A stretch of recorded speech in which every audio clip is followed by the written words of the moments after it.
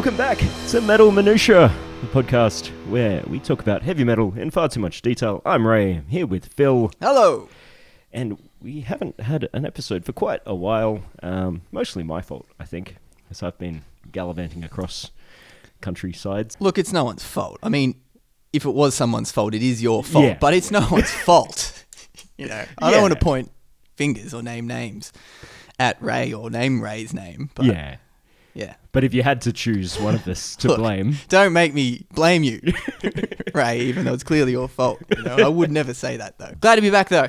Glad to be back. Excellent. Thank you for all the people that have messaged or come up to us at gigs and said, when's the next podcast coming out? Yeah, for sure. Now is the answer. Well, not now. Probably in a couple of days. Not now for you. Yeah, but we have seen each other in the last, intervening weeks and months, mostly at heavy metal events. Yeah. I want to talk about Ross the Boss. Yeah. Because we were there. Let us do. And that was... Did you have a good time? Because every one of us has heard the call. Okay, nothing to do with that show, but still. Did I have a great time? Of course. Yeah. Excellent. Yeah, it was excellent. A staggering set of songs, just any way you slice it. It's just hearing those songs, and this is before you even talk about the performance or anything about the venue or whatever, just hearing those songs, sequentially, in whatever order they're in, it's just like, oh my God, this song, this absolute beast of a heavy metal anthem, just one after the other. Yeah. It's just staggering. It was good. It was, any particular highlight that you had? Oh, hearing the song Mountains live. Oh, yeah. And Guyana. You know, those... being off of the Sign of the Hammer album, which is what that was, the name of the tour and what they were focusing on. And hearing the song Guyana, which is probably most days my favorite all-time Manowar song. Okay. And hearing that live was just, it was pretty magical. We got Secret Steel in there as well. Yeah, out of left field. I think it was definitely the only song they played off of that album, of Into Glory Ride. Into Glory Ride. The other Sign of the Hammer songs, of course. Thor. Yeah. Except he missed the vocal in the important bit. Yeah. Which is a little... Yeah. Probably just me and you were angry about that. Yeah. No one else in the venue, but... No one else felt the need to start a podcast and point it out. No one else. And they had stockless space. There were 700 other reasonable people there that haven't started a podcast to talk about it. Well, that's why we fill a niche. Exactly. We fill a much needed void. That was killing me, and everyone put in a monster effort on stage, apart from Ross himself, obviously. And for you, highlights, songs? Secret Steel, Battle Hymn, actually. Yeah, that's. I'll talk about that a bit later on in the episode, but I think that last chorus of Battle Hymns is never not exciting. Yeah, I was listening to it yesterday. I was like, yeah, you're damn right. It's always the best. Yeah, shit, yeah. What a moment. What an all-time moment. Every time it gets to that precipice and you think, I know what's coming. I've heard this song before, but, man. This is exciting. Absolutely, man. Like, that's worthy of the great Hollywood scores, Like, when it gets to that moment, I'm reminded of, like, epic moments in, like, everything from, like, Lawrence of Arabia to Planet of the Apes, Like, it takes me to that visual, that same place, that epic, crossing the desert, that epic spot, the scope, the panorama, the battle weary, like it's just totally Hollywood. Yeah. Totally Hollywood epic moment. My biggest problem with that song is it makes the rest of that album really hard for me to listen to. Because I just want to hear that song. At least it's at the end, I guess. Yeah. Imagine that album started with that and then ended with Shell Shock. Dark Avenger's sick though. Yeah. Oh, did they play Dark Avenger or am I making that up? I think they played it at the Ross the Boss the other night. Yeah, they did. Yeah. Yeah, they totally did. Yeah, that's another highlight. Such a highlight you remembered it. Yes, such a highlight that I remembered it just now. Yeah, awesome. That was I didn't see that coming either. That's cool.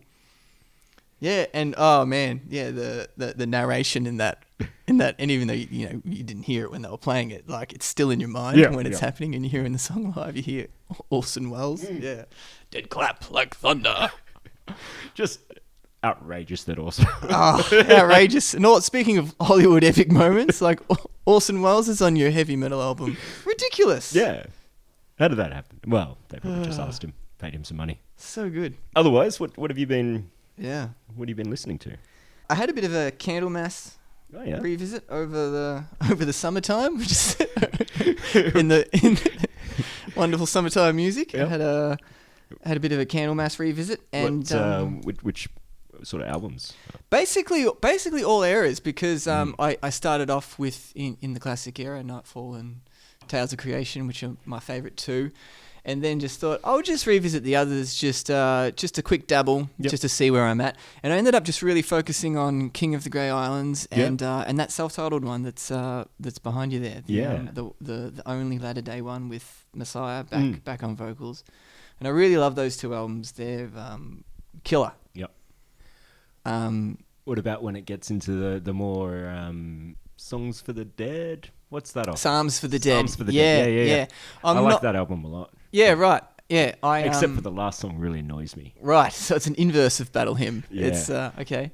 Yeah. Well, it doesn't annoy me. It's just like a minute of talking at this before it happens, before the song happens. The song's fine, but it's just like this minute of like a guy going on about time, and whatever, and it's just it's not Orson Welles. It's not.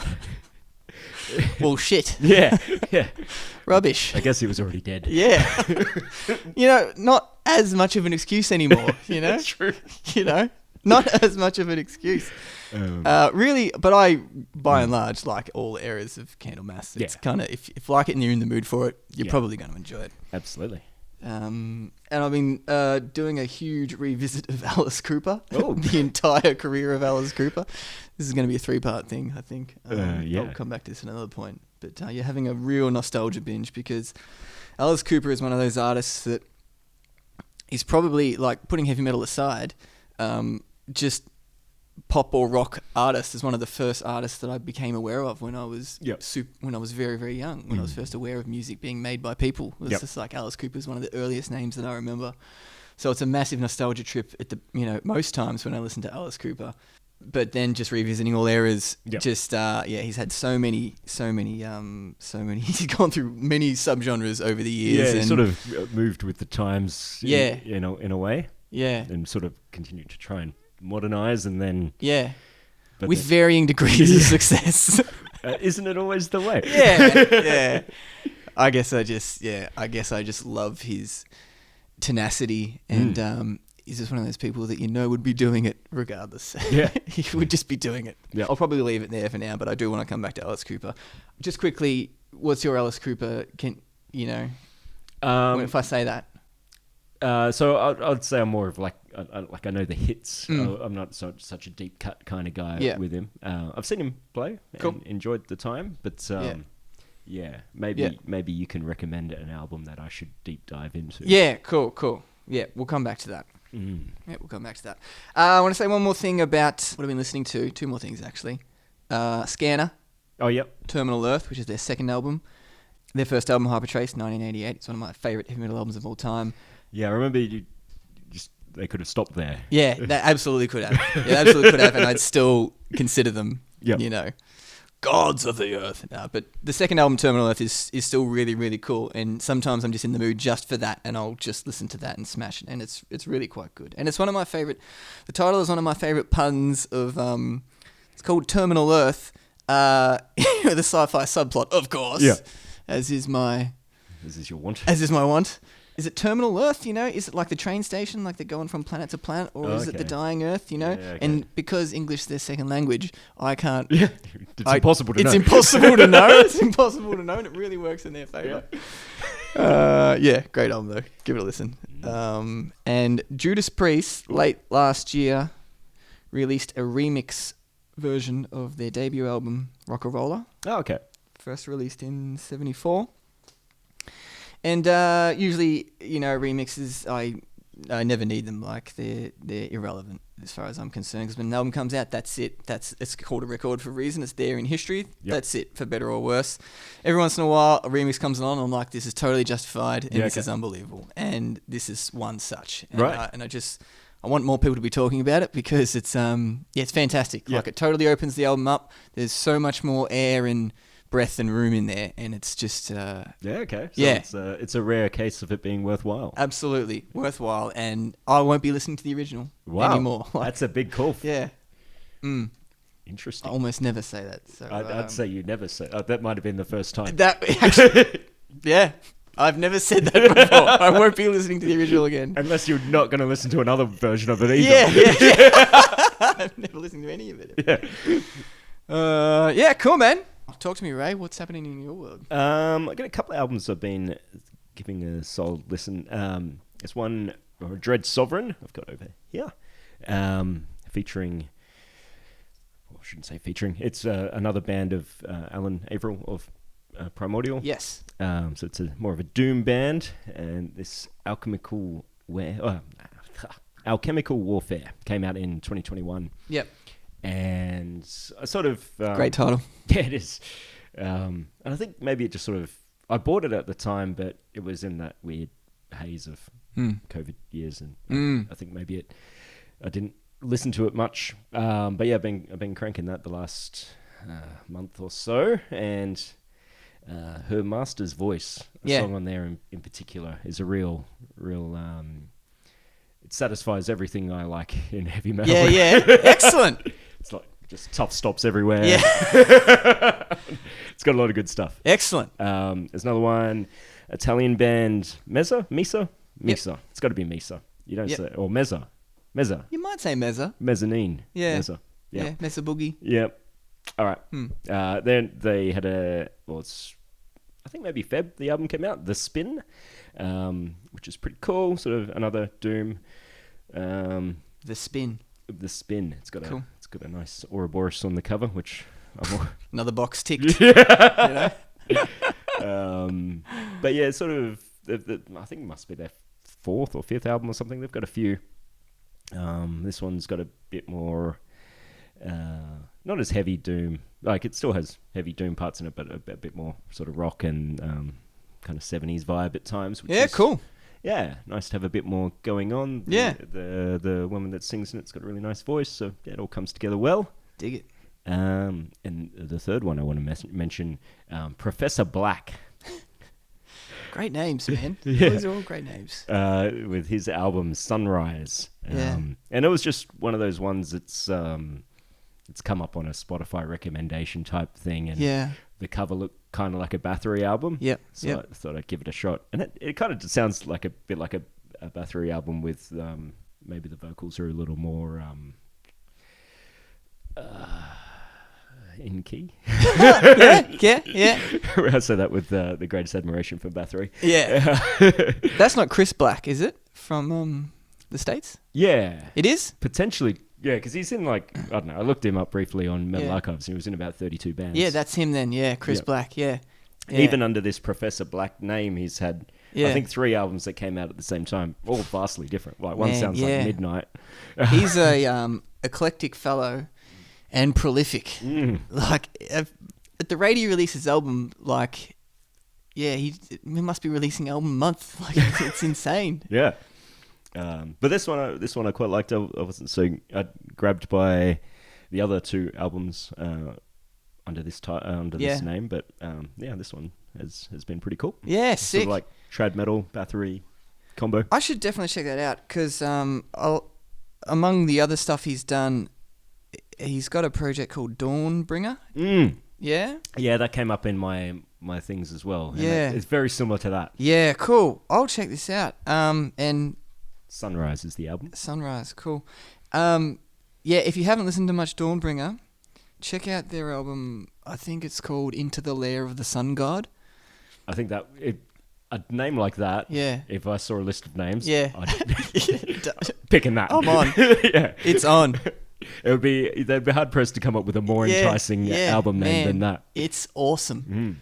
Yeah, it's got a side 1 to beat the band. Like it's unreal. I tell you, the first 4 songs, it's all good, but the first 4 songs in that, the ebb and flow, it's excellent. Yeah. Great album. Excellent. Yeah, I look forward to it. Yeah. I do want to make a brief mention of some gigs coming up as some mild self promotion, as churlish as that might sound. Do it. So Pestilential Shadows will be playing with Spectral Wounds at the Metro the Metro Social in Sydney on 13th of June. Sydney folk, come along to that. Nice. I think Spectral Wounds they're doing a show at Dark Mofo, and I think they're doing a side show in Brisbane the Thursday, the 12th of the 6th, and yeah, we're on with them on the Friday 13th. And Lithic, another band I play in, doing a show in Sydney at the Tote upstairs with The Veil, Irreparable, and Futility on the 26th of July. So That's in Melbourne. That's in Melbourne. I think you said Sydney. Oh, did I? Yeah. Well, and at the Tote in Melbourne. unless there's a Toad in Sydney that I don't know about. Upstairs. Yeah. Yeah. So get onto that and hopefully see you there. That's going to be fun. Yeah. Lots of cool different types of Doom bands, which is... I love to see The Veil at every chance I get. Yeah. So, I'll be there. Great band. One of the key parts of putting the gig on was to get to see The Veil. Good. Yeah. Yeah. Good. Like, how do I engineer this? Yeah. How do I make that happen? Let's get on to the meat, the crux of the episode. Yeah. The meat of the matter. So it's been commented that we make a lot of part ones and not a lot of part twos, but this is... Well, to the naysayers, we say... We say no. Put this... Literally never heard anyone say nay. Ever. Here's a part 2 for you. Yeah, Secrets of Steel, part 2. Alchemical elements essential for an excellent heavy metal experience. I had to write that down so I'd Excellent. remember it. Excellent. Get the... Is that alliteration or assonance? I always get those two... alliteration's the repetition of a sound at the start of the word, but assonance is a... Assonance is the repetition of similar sounds, but it doesn't matter if they're at the start or the beginning of the word. I believe, to my knowledge. Yeah. Do you want to go first or shall I go first? You shall go first. All right. So, if anyone hasn't listened to part 1 of... Oh, yeah, perhaps a bit of backstory on what the Secrets... We're just going through bits of heavy metal, like little slices that you find along the way that we think makes it special, makes it cool, we enjoy. So, I think in part 1 I had... Tough Stops was definitely in there. I think sing-alongs. You had Rob Halford. Yep, just Halford's voice. Yeah. Halford's voice. Tony Iommi's guitar. Tony Iommi's guitar tone. Flying V's. I think I had when bands say their name in the song, but not like Iron Maiden, but like when a band says their name in the passing in the song. Like one I missed, actually, which is I'd like to bring up here, which is good opportunity, is Candlemass have one of my favourites, and I didn't bring that up. Right. Candlemass have it in their song The Well of Souls. At the end of verse 2 it says 12 strokes till Candlemass darkness descends. Very good. I think another one was the Nevermore one that I remembered about 3 days after we recorded. Of course. River Dragon is Heart Collector. Heart Collector. Nevermore to feel the pain. Yep. Great band, great good song. Album, that one. I really like that. Excellent album. Yeah, and a band very dear to us both. So it's a great one.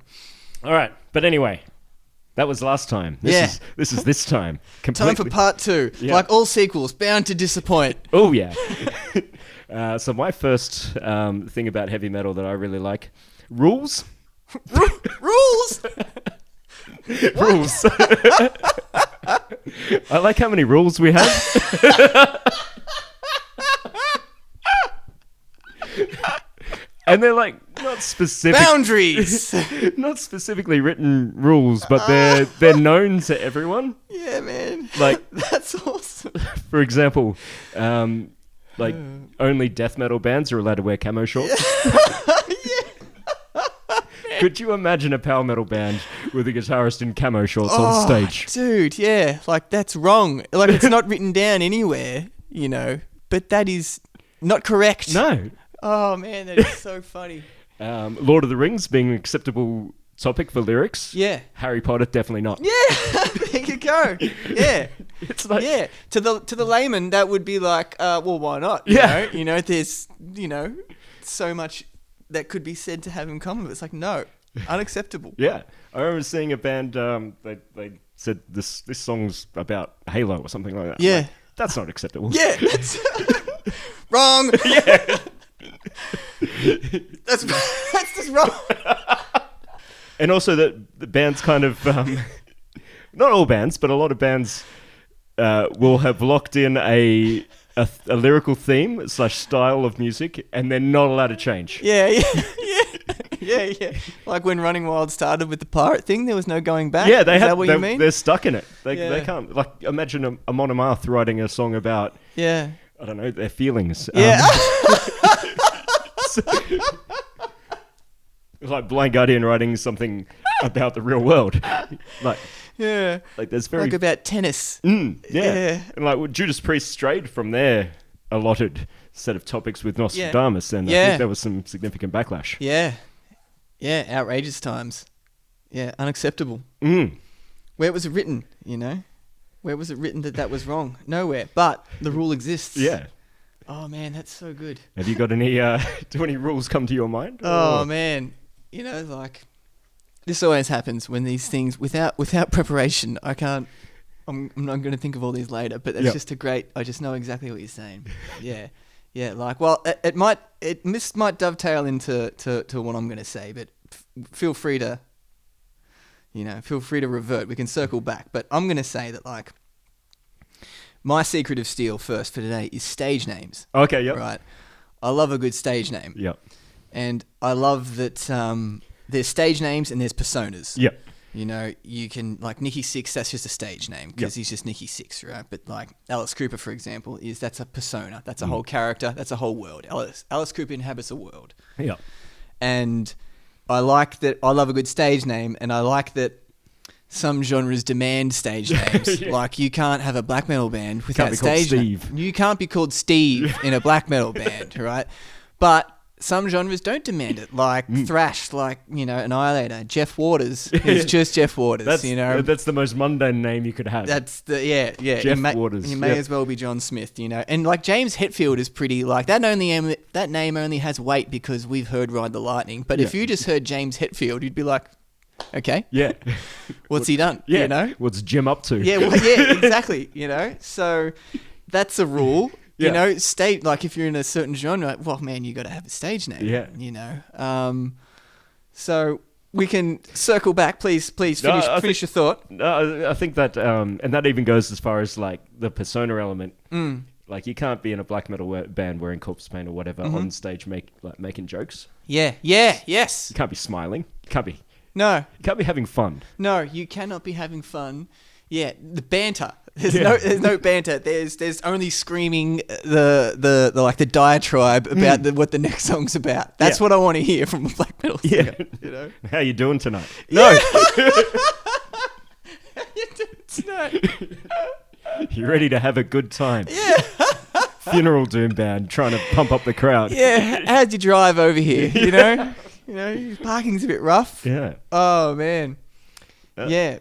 But with like, stage names certainly aren't specific to heavy metal, rock and, of course, pop music.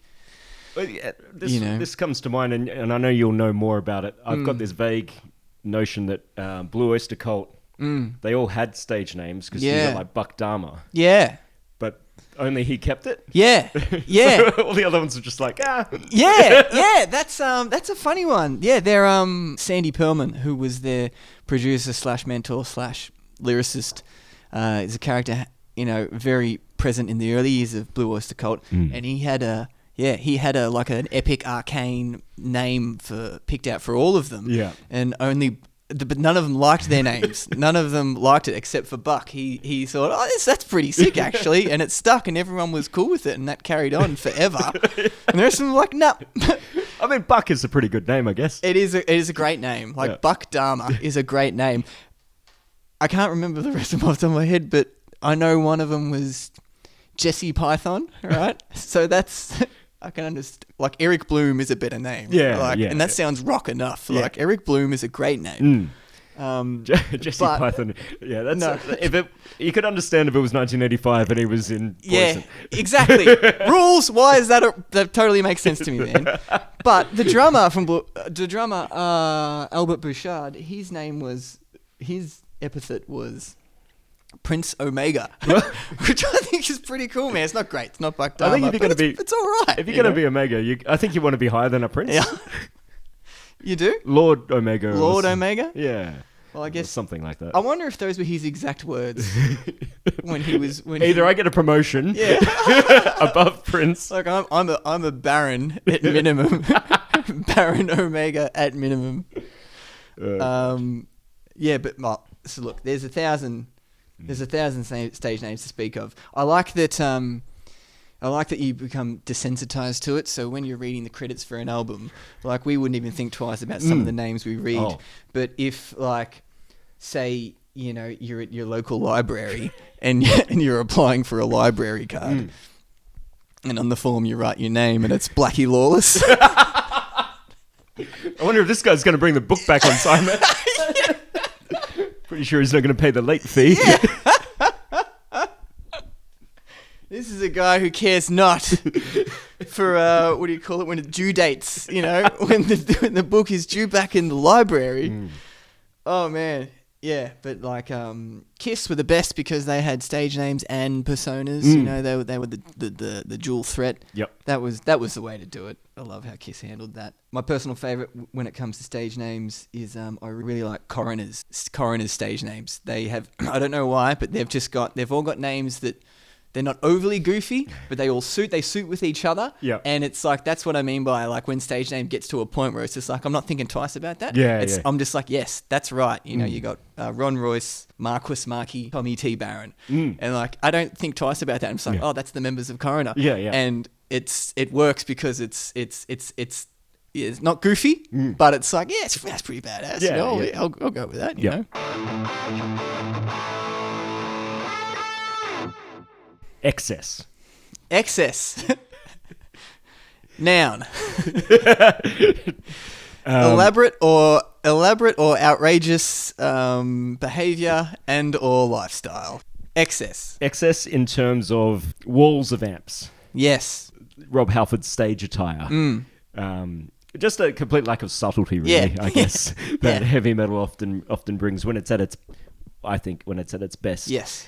Low slung guitars, obviously. Yes. Not practical, but they are appropriate. Yes. Yeah.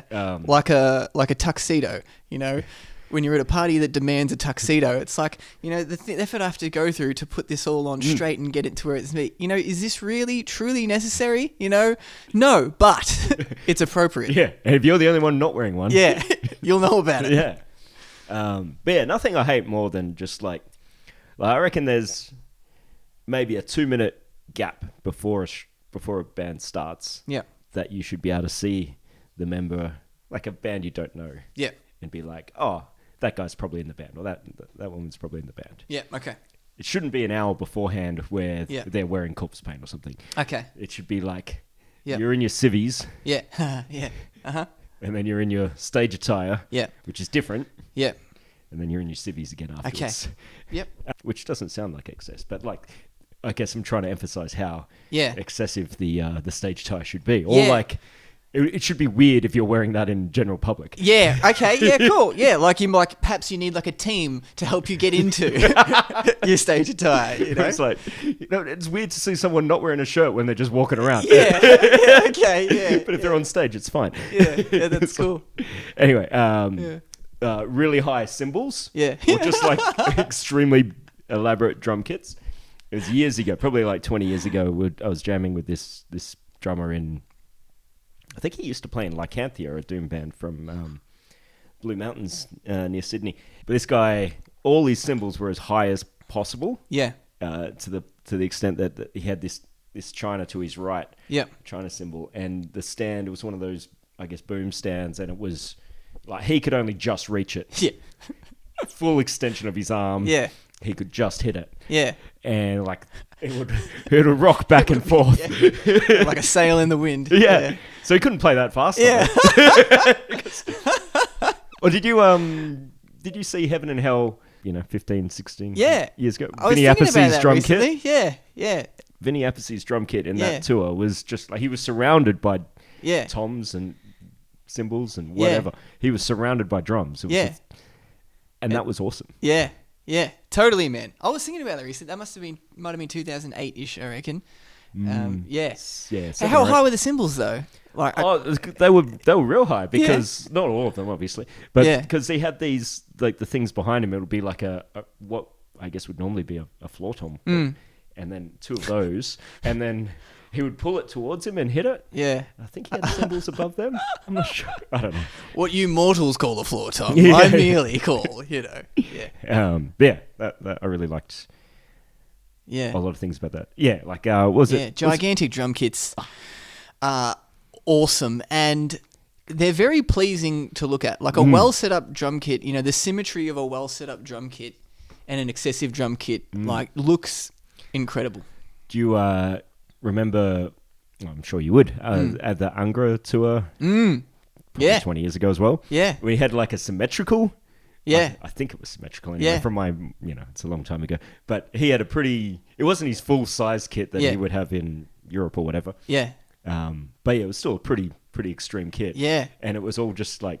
Yeah. I don't know whether he is ambidextrous but it was just like. He may as well be. He's that good. Yeah. It was just like hi-hats here and hi-hats here. Yeah. It was all just a lot.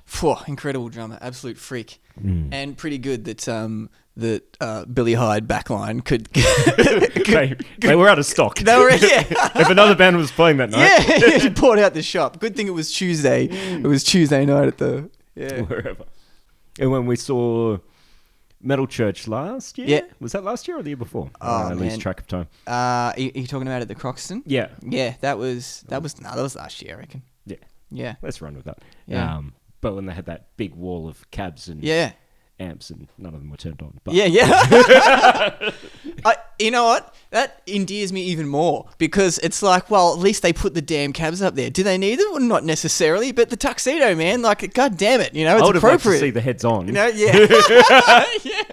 Just turn on the light, man. Yeah. Just give us a single. Just warm up the tubes for us. One LED, Oh man, fantastic. XS, tell me, what else you got? More is more. Yeah. Just as a broad. Yeah. Broad concept in heavy metal. More is more often than not more. Yeah, like the 8 minutes of guitar solos after. In that song, the Dio, the "We Save the World" song, "We're Stars." It's like the song goes for about 3.5 minutes, but then there's 8 minutes of guitar solo. Like. That's actually why I was so aware of Buck Dharma. Right. There you go. Of course. Because on the video series they have on YouTube for that, on the guitar episode, I was seeing like Buck Dharma. Yeah. What kind of name is that? That's awesome. He didn't look like a Buck Dharma to me at the time. Yeah. When I was sort of 18 or whatever. By 1985, he didn't. He'd grown past probably being called Buck Dharma. I think in 1975, he definitely looked Buck Dharma. Like aviators on stage, a 3-piece matching white suit, with his black Les Paul, like sick. Yeah, that's awesome. That's a powerful look. Yeah, but that We're Stars is a classic moment of excess in time. Yeah, like how many. Yeah. The fact that you would have Yngwie Malmsteen and then invite other people as well. Yeah. We're not going to get an absurd enough guitar solo out of just this guy. Just this guy. You sure that's going to be enough? Are you sure Malmsteen is going to be enough? Yeah. I don't know if you can solo for 8 minutes. Have we got enough singers to sing these 8 lines of... That's awesome, man. And I love the... I love that Jeff Tate's wearing a white leather suit in that. And Halford's in his leotard. Yeah, he is, man. Halford's in his leotard. And he's got his, like... he's got his gauntlets. He's got his gear on his wrists and his upper arms and stuff. Yeah, that's so awesome, man. Yeah, because, he's at work. Yeah. He's showing up. He's rolled him at 9. Yeah. He's punched the clock. He's on the job, man. And he's here to deliver. And he does. And he does. Man, that's so awesome. Imagine if he showed up in track pants or something. That's another thing. It's like you've got Rob Halford and Dio singing on this song. Yeah. It's like, we should probably get a few other singers, Yeah. You got Jeff Tate. Probably don't need much more. Now we'll get some more singers. We'll get the guy from Rat in. Yeah, we'll get the guy from Rat.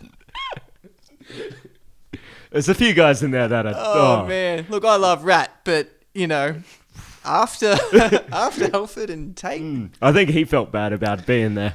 Yeah, probably felt in good company. Yeah. And but look, you know, speaking to the greater purpose, you know, Yep. it was for charity, was for a wonderful purpose, and a wonderful goal achieved. You know, a wonderful outcome achieved. But just in classic heavy metal fashion, you can't not take the piss out of it, you know? Like, you can't just not look at it with a level eye and just be like, oh, yeah, this seems this seems totally normal, you know? Yeah. Everything about this afternoon seems totally normal. Yeah. I think, like, for heavy metal to be, you know, successful, good, whatever, it should be, like, person on the street would be like, well, that's weird. Yeah. Yes. Yeah. Yes, I know exactly what you mean. Yeah, whatever the occurrence may be, if placed in front of, you know, man on the street, like you say, the layperson, yeah, they should be like, this is quite askew, you know, this is odd.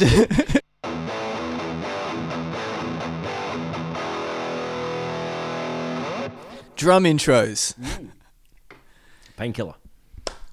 Straight onto it. Straight onto it, man. Who does it better than Judas Priest? A good unaccompanied drum solo. Sorry, not drum solo, drum intro. Yeah. You know, 4-8 bars before the music kicks in, right? Yeah. I stress unaccompanied because I want this to be known that it's not like when a song starts with complex drums. That's not the case. I mean a drum intro. Unaccompanied, much like Painkiller. You're basically hearing a drum solo. I love that because drum solos, as much as I'm a gigantic fan of drums, I almost never need to hear a drum solo. Oh, you know, never. I never need to hear. No. I don't need to hear 3 minutes of unaccompanied drums. Like, I don't need to, right? No. But at the start of a song, I don't think drummers want to hear it. Yeah, I don't think so either.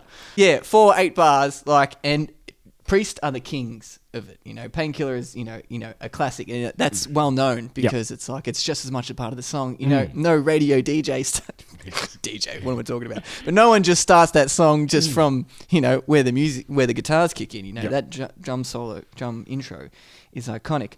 But it's all over Priest's catalog. Like they first did it, you know, in '78 on Stay in Class with Exciter. It opens the album, and Riding on the Wind off of Screaming for Vengeance, which is another one of my favorites because it's terrible.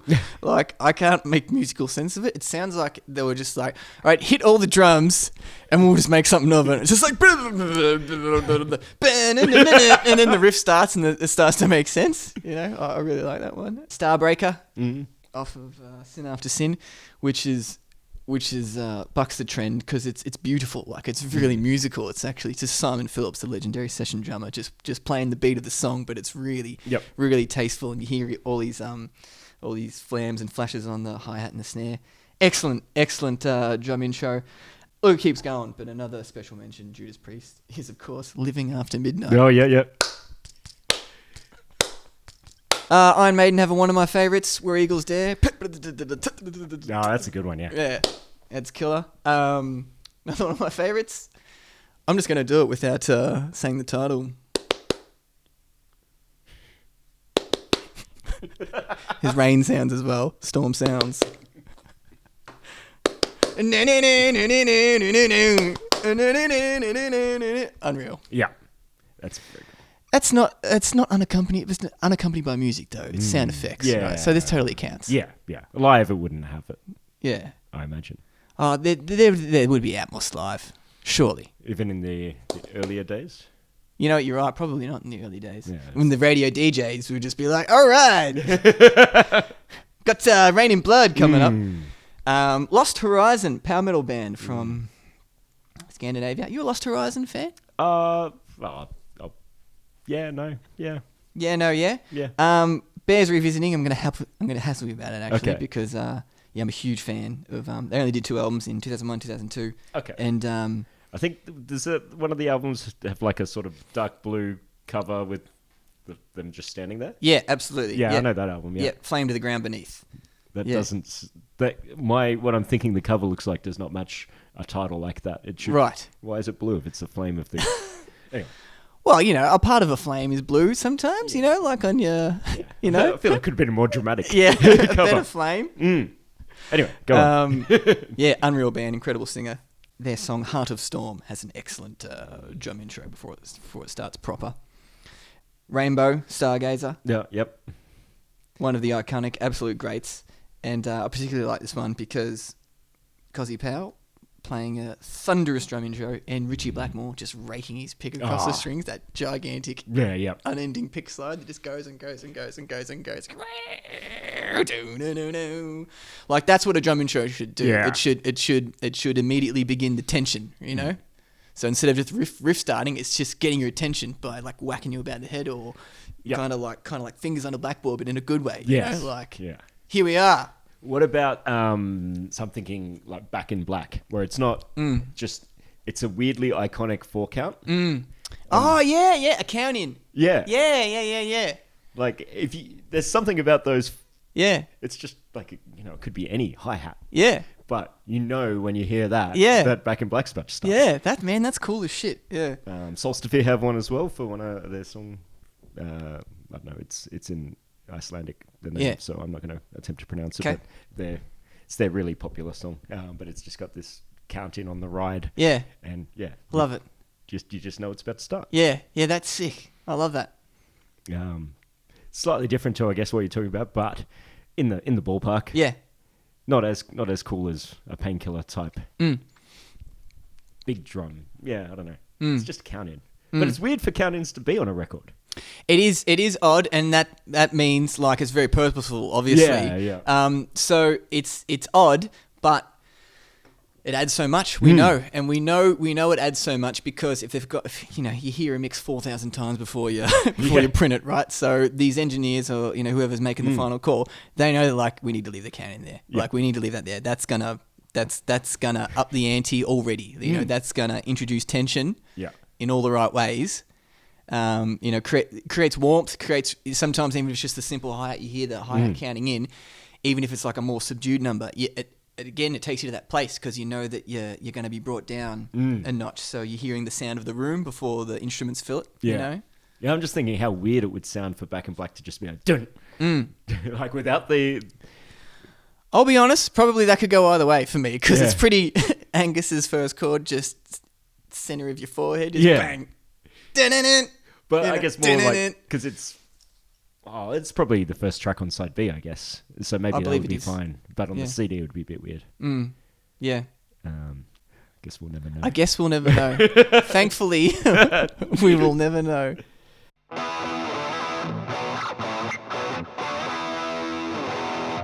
This one, I feel like I talk about in my normal day-to-day life. I talk about Rickenbackers too much, maybe, and that maybe I'm at risk of them being, instead of a personality, I just talk about Rickenbackers.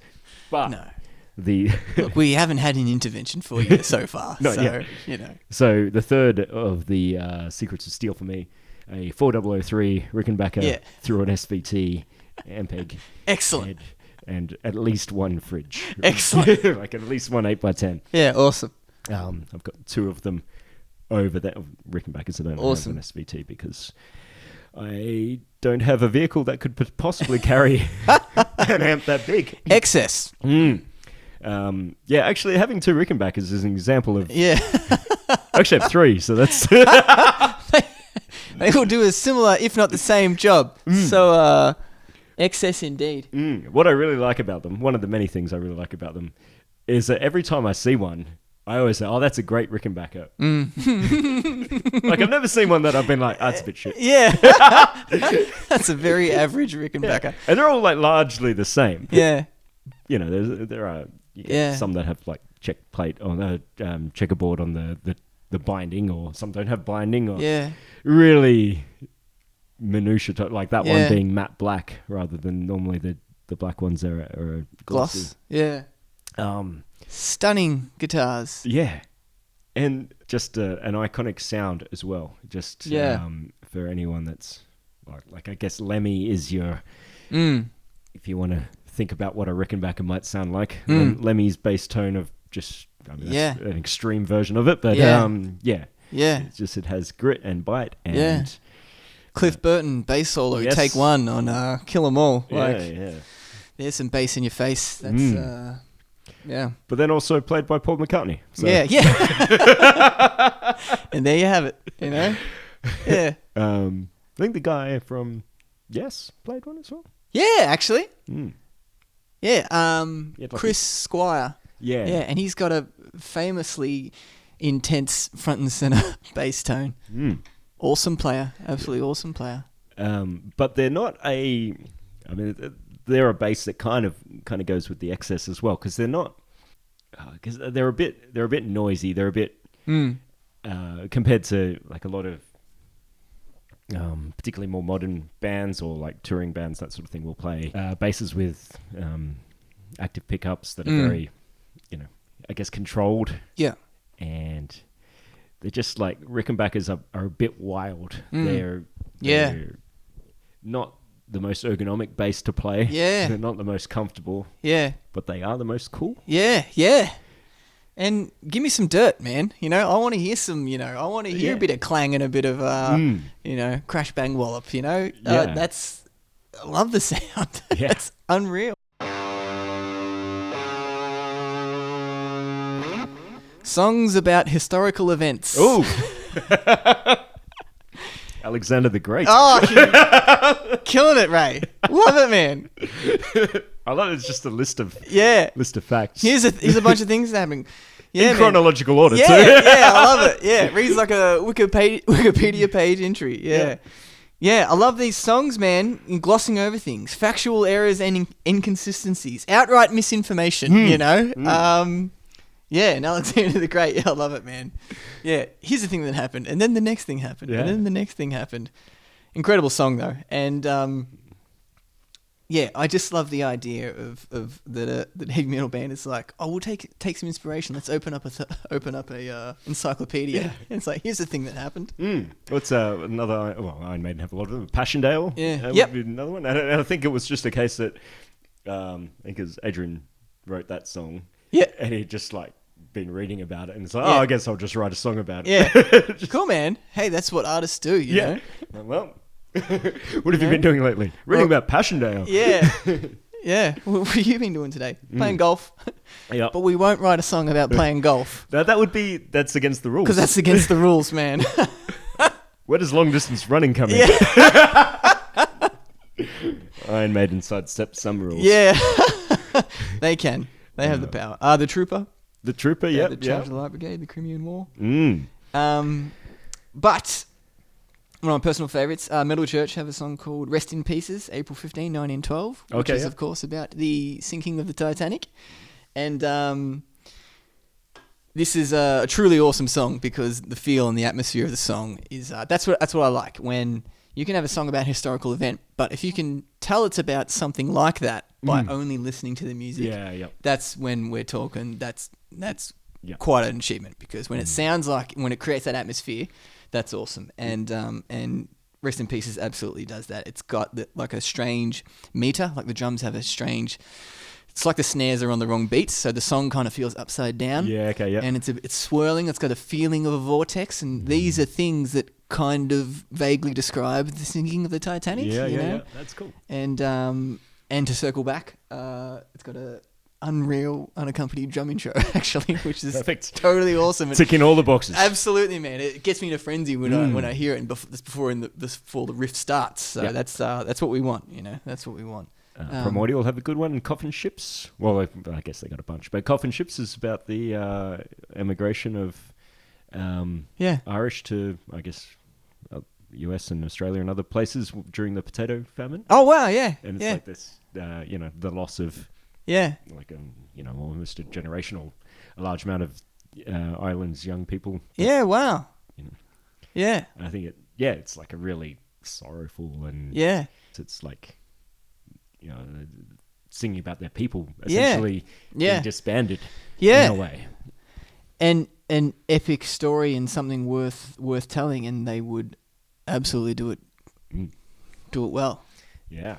Primordial, a band that I always say I'm going to revisit and ne'er do. Well, one day. Someday. I'll trick you into it. Yeah. What else comes to mind for you? Songs about historical events. I've got Saxon, Dallas 1 p.m. about the assassination of JFK. Okay. And like the Metal Church song, again, listening to it, Tense. Yes, tense. Yeah, it's not fast and it's not anxious, but it's tense. Like there's this intangible kind of pulse throughout it, and it feels like something's going down, something's happening. It feels like the news is rolling in. It's that kind of feeling, and it's the vocals aren't outrageous or there's no histrionics going. It's just kind of it just captures an atmosphere. Yeah, and it's that's a really great example. I love that song. Iced Earth. Yeah, Iced Earth are they got a whole album about Civil War. Yeah. They'd have a bunch of I guess I'm assuming more than I know that they have many albums about those types of things though. You would think so. I actually don't think they have. Right, okay. They don't have a great deal. Like it's a lot the imagery would convey that, you might think, but they did have that very much like they were kind of a baby Iron Maiden. Like they were, very much treading that path. But certainly the Glorious Burden album is about American history.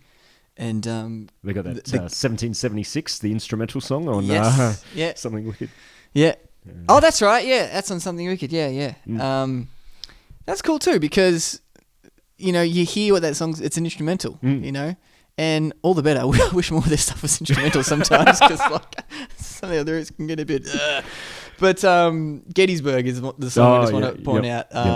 It's in 3 parts, and I just particularly like the first movement of that song called "The Devil to Pay," and I think it's Tim Ripper Owens' best work. Yeah, talk about creating the atmosphere. It's he gives it hell, that song, and it's a very very cool song. And there's the Battle of Gettysburg, 1863, and when Ripper Owens says, "When the Confederates strike, there'll be the devil to pay." He's like 3 octaves up. He's screaming it, and he's screaming his life out. It's so cool, man. Yeah, nice. It's really it's pretty darn well done. I think with that sort of thing, it's and particularly more modern things or historical events like World War I or World War II. Or even more recent.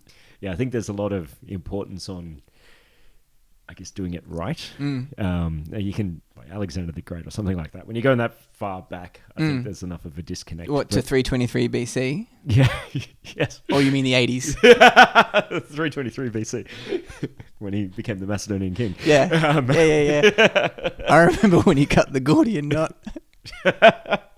It's the only way to get Asia Minor. Yeah. Sorry, Ray. I derailed you. Carry on. Yeah, I think it's like, I don't know.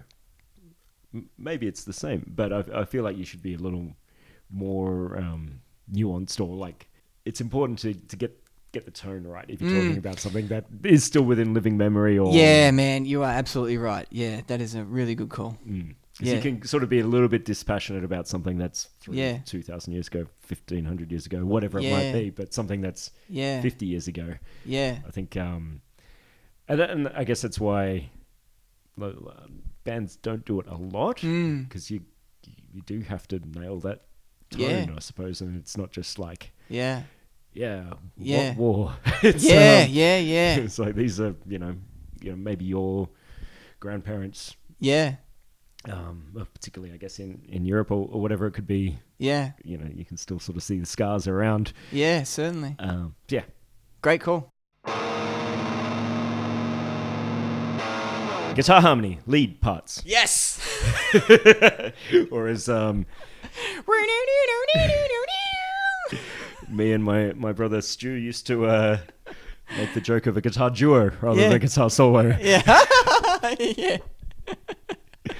Yep. Excellent. We were easily amused. But yeah, when, I assume everyone understands what I mean, but 2 guitars playing not the same thing, but nearly the same thing, and it'll just be in harmony with each other, not playing the rhythm, but playing the lead melody. Yep. And I've got a few iconic, well, I think are iconic, but like Aces High, the intro to that. Yep.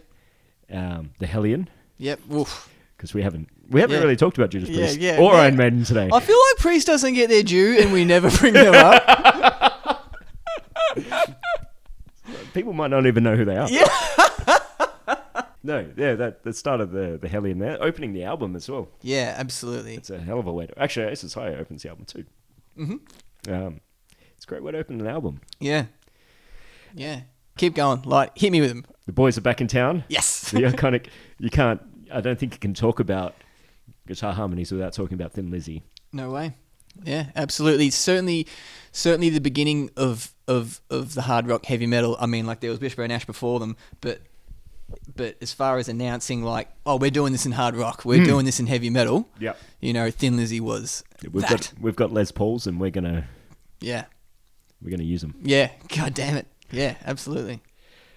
Underrated band. Yeah. For a band that's really highly rated. Man, still yeah, under. for a gigantic, huge platinum selling band. Somehow underrated. Yeah.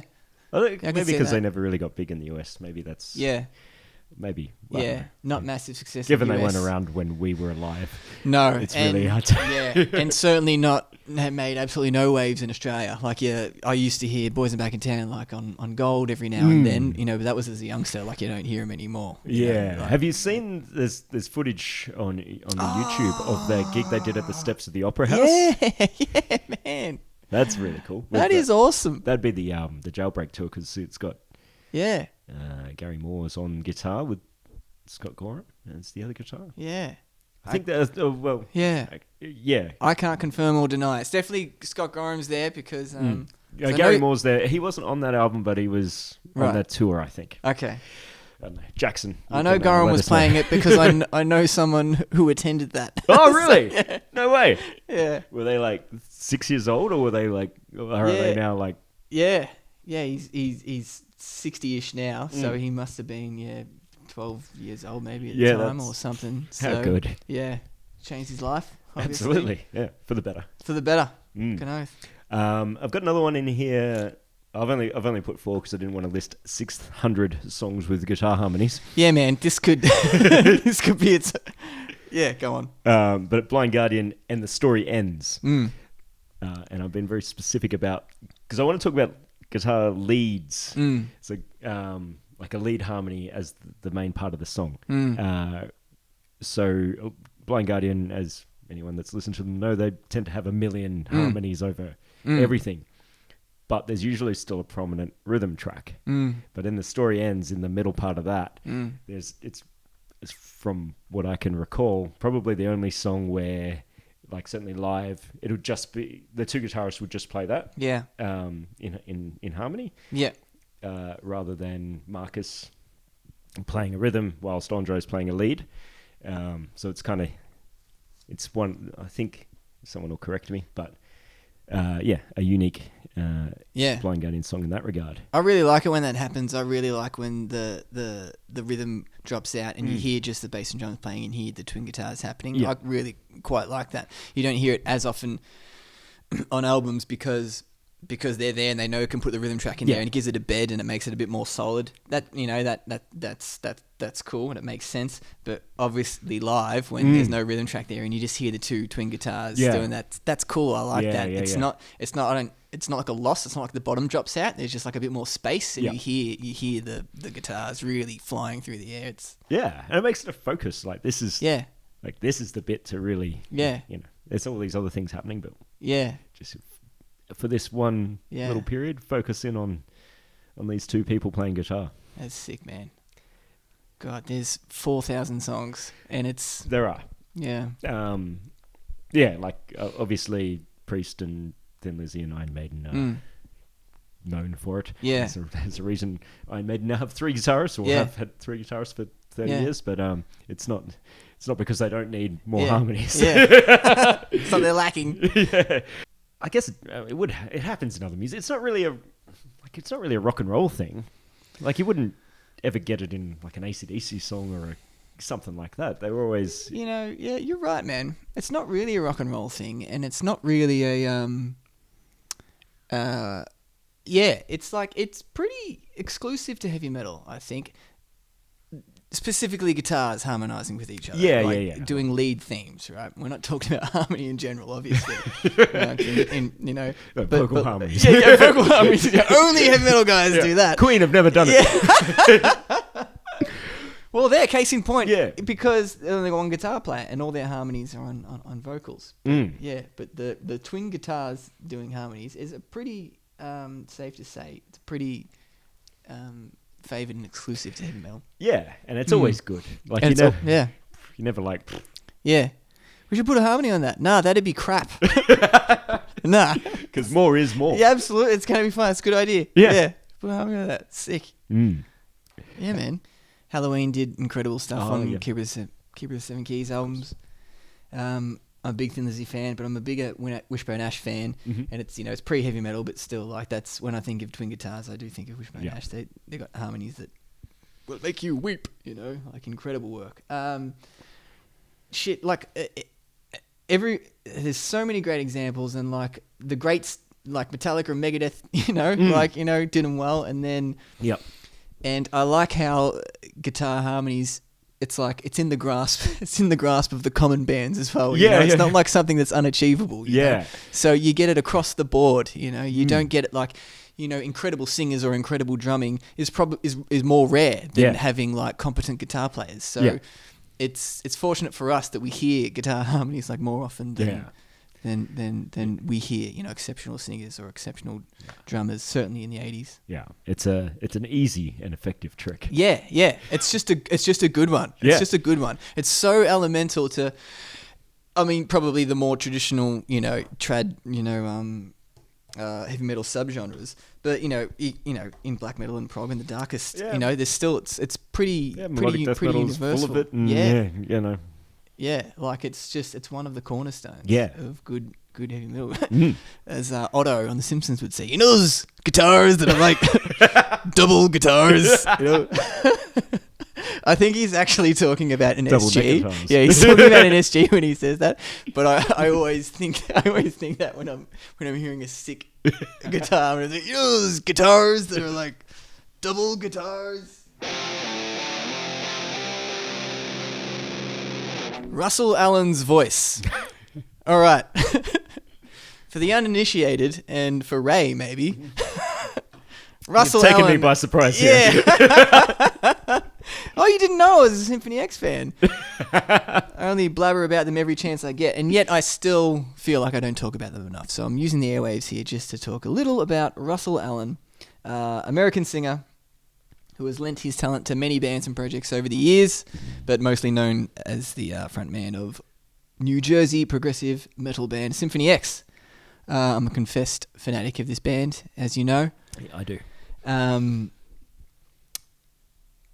Astounding songs, incredible musicianship across the board, epic songs, but a lot of this is due who brings it home, Russell Allen, the singer. Like, he's got a voice, he's got range, he's got an incredible range that not only goes up and down in the scales, but he's got dynamic range and emotional range. He brings it down to a whisper, or it can melt your face with his mighty roar. He's just one of those. I think he's one of those melodic singers that just has all those tricks, but he's such a natural talent. He's such a natural talent. He looks so, I've seen him live, we've seen him live, and he looks so at home on stage. Yeah. And he can do it all live. Like, when we saw him, like, he didn't drop a single note. He didn't miss a breath. There was little to no holding the microphone out to the crowd. Yeah. And I think when he did it, it was like a pity gesture. Yeah, it was like, better get you involved. Yeah, I suppose you guys should have one, know. Yeah, I'm definitely a Symphony X nerd. My fellow prog and power metal nerds out there will hear me on this. It's amazing how, a good band but elevated by the vocals. Like, how many bands are there out there that would be shit without, not shit, but I mean, Manowar would be rubbish without Eric Adams. Yeah, you're darn right. Yeah, you're darn right. I think about, the Ram, that band Ram. Like, they wouldn't be shit. It'd still be good heavy metal. But without that guy, a lot of that wouldn't convince me, Yeah. But his voice and his delivery is just, That's an interesting thing with Candlemass, in that I don't think that... Who's the singer this week? Well, I'm not stressed. Yeah. And maybe that's a bit sacrilegious to say to some people, but honestly, for me, it's Leif on bass. Like, that's the heart and soul of totally, man. Candlemass. Yeah, totally. I mean, I've got my favourite, but you're right. He is the heart. Yeah. But yeah, sorry, I've really derailed you there. No, it's all from Symphony X. But no. this idea of like it's good. It's important to highlight these people. Like I mean, Halford and Priest. You know, Yeah. they continued without him, but it wasn't as good. Yeah, yeah, Like- yeah. Halford and Priest is like an interesting one because that's like they still remain so convincing because Ripper's a good singer, and hearing those songs live, like those songs are just cornerstones. It's incredible. We're talking about Judas Priest again. Songs are just All roads lead to Judas Priest. Yeah, indeed, all roads. Just incredible songs, like timeless classic rock and metal anthems. But Symphony X, I'm telling you, I wouldn't be listening to half their stuff without him singing. You just the songs just aren't not as elemental like that. But having said that, I do want to name a few highlights just because of Russell's performance on them, like Candlelight Fantasia from the '96 album Divine Wings of Tragedy, Fallen from the 2000 concept album The New Mythology Suite, and possibly my favourite, their 25-minute retelling of historical Homer's, Homer's Odyssey or Iliad? Passchendaele. The Odyssey. The Odyssey, lovely. Yeah, the Odyssey. Homer's Odyssey on the eponymously named title track from 2002. 25 minutes sounds about the right. Like that'd be the minimum you could do on the Odyssey. Yeah, you're darn right. It's a lot that happens. Yeah, there's a bit to it. There's a bit to it. Here's the thing that happened. Here's another thing that happened. Yeah. I haven't heard that. I'll have to give it a listen. Yeah, please do. Because obviously. Yeah. I haven't talked about Virgin Still yet. But, yeah. but Greek mythology is something I enjoy. Yeah. And recounting the Odyssey would be well worth a listen. Yeah. Interesting that you said that the 96. So they started 90s, right? Not a time for power metal. Tell you what, 94 was their first album. So, he was writing and kicking those songs around in 92, which is mental. Like, 1992, 93, and you're writing songs like, Masquerade and, He didn't want to be successful. Picture of Dorian Gray. Oh, what's that? Shades of Grey, whatever. He's got, these power metal songs. Oh, he's seen the tide turn. Yeah. He's like, all right. Yep. Either I can get in with this Seattle crowd, or or write songs about, And he stuck to his guns. He stuck to his guns, man. You got to admire that. Absolutely, man. Michael J. Romeo is a stalwart. He's the captain and the heart of that band, I should say. Incredible songwriter and incredible performer and talent. He did stick to his guns, man. 1994, the first Symphony X album was just going to be a solo album. It was just going to be his solo album, and he surrounded himself with some great musos and a great singer. It wasn't Russell, but great singer. And he recorded that album. And originally he was just going to release it in Japan and then just go back to his job as a guitar teacher, right? And not a bad strategy, really. Yeah, seems pretty rock solid. Yeah. But it went gangbusters in Japan, and then the Japanese label really believed in it, and and I believe from there it made its way to Europe, and they started hearing it, and then pushed it in Germany, exactly, and that's when they said we could release this in Europe and whatever, and then the second album in 95, 96. I wonder at what point they got popular in America. I'm waiting for the day. Yet to come. They'd play Prog Power or something over there, wouldn't they? Yeah, definitely, man. Yeah, definitely. There is a loyal contingent in the States. They are around, but it's certainly not en masse, and certainly nowhere near as focused and fervent as it is in. Isn't it funny how you can just be that kind of music, and you're like, oh yeah, it makes sense to try and release in Japan. And then push it to Germany. It just... And then probably do it right in Italy. Yeah, it just makes sense. You're just thinking, Yeah, it's just... Yeah, they didn't throw a dart at a world map and say, all right, Japan.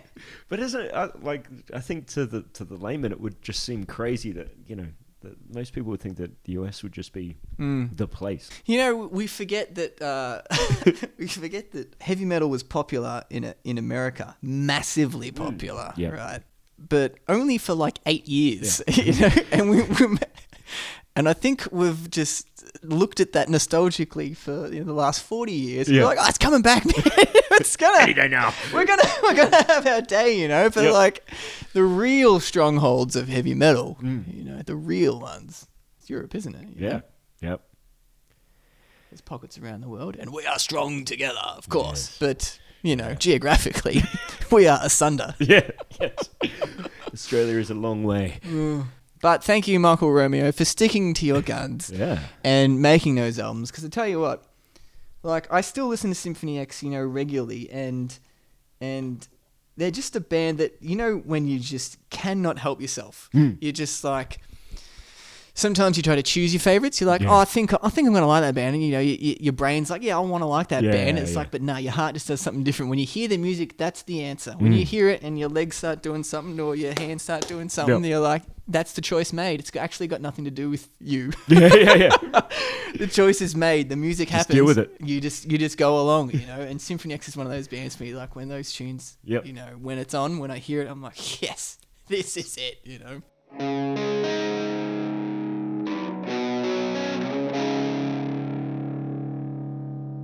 Last one. What do you got? I'm a little annoyed at myself because I don't remember exactly the phrasing that was given to me. But a friend of ours in Sydney, Gaz, at Steel Assassins last year, he suggested this one of, and I'm paraphrasing, but from the belly of the beast to the eagle's scream, something like that. He'll write in to correct me. It's like essentially the thing that vocalists do when they do the start low and go real high. I don't have a vocal range, so I'm not going to do it. But you know what I mean. I sure do. I'm gonna take a slight difference on that though, because I want to talk about just like screams, like vocal screams that almost just come out of nowhere. And they're awesome. So Battle Hymn, going back to that. Out of the clean bit where it's the. And he just goes for it. He goes for it. I reckon Eric Adams is either like singing in a way that he is convincing you utterly he believes every syllable. Or raving like a lunatic. Man, it's one or the other, and we will never know. He's like, when he gets into the high range, he is just like, he sounds like a madman. Absolutely. Just unshackled, just wild in the real sense of the word. Man. Victim of Fate. Halloween. When Kai lets loose with the you don't want to die. But you will. You will burn in. And he hits the note that's hell. up there. You will burn in hell. In hell. Great delivery. Number of the Beast, a classic for the. And the story goes that Martin Birch. He made Bruce sing the intro about 40 times. Before he got the take he was after. And then after that, he's like, "All right, we can do the scream now." Do the scream. Bruce is like, bang. Thankfully, straight there with joy. And he screams there. What a moment. And Queen of the Reich. The intro to that. Yeah, that's sick, man. That's an awesome one, dude. That's the sick one. That's sick. That's a great one. What an opening salvo. That's an announcement. You know? Like, here we are. This is what you're in for. Here we are. Dark Avenger actually on that first man has a great one as well, because that's a proper, he starts baritone and goes all the way up, and it's an epic scream. Run to the Hills has got the sing along one in that build up towards the end. Probably the only song to have been played on like commercial daytime radio that has one of those screams. You know? Probably I'd a guess, you know. I think maybe The Darkness, but I guess he's just always pretty high. He's just always up there. So you don't really get the distinction. You don't get the travel time. Just always up there. You got to have a bit of a journey. Great singer though. Yeah. Russell Allen must have a few. Yeah, he does actually. There's a great one in I think Wicked on Odyssey, same album on the Odyssey. Unaccompanied. Actually, it's not.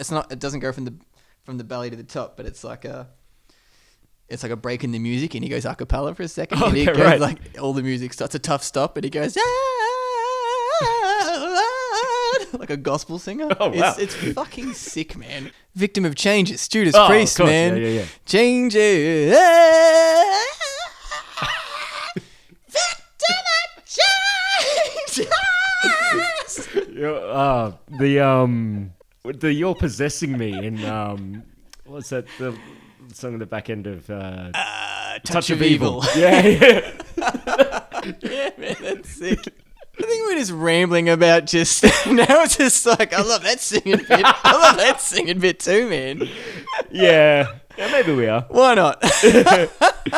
Look, you never get one on a Megadeth song. I'll say that. No, yeah, that's true. It's real, like, yeah. Only a few bands would have it. Like, it's probably a tried heavy metal band or a power metal band. Yeah. Or actually, I was just thinking, Deep Purple would have a bunch from it. Highway Star intro, man. Yeah, that's a great one. Space Truckin'. Yeah. Oh yeah. Agent Steel have a few, man. He's a wild singer, that guy, John Cyrus. He's got one at the end of that song, Mad Locust Rising. Put that on the playlist, all right? Mad Locust Rising. That song, at the end of it, he holds this note for like, it's like 24 bars, I think. He's the whole time. And you think, man, he's cooked. That's the end of the song, surely. And then there's another guitar solo. And then when the stadium ending happens, he goes, it's ridiculous. He sounds like Excess. Yeah. Oh, man. Excess. Yeah. That's why we like excess. Yeah. All right, let's leave it on that literal high note. Yeah. Metaphorical. Yeah. That's poor. Awesome, man. Yeah. Hell yeah. Leave it on that literal high note. Yeah. Thanks for listening. If you made it this far, if you didn't, you wouldn't be hearing this anyways. We'll be back soon, I imagine. Thanks, guys. Thanks for listening. That's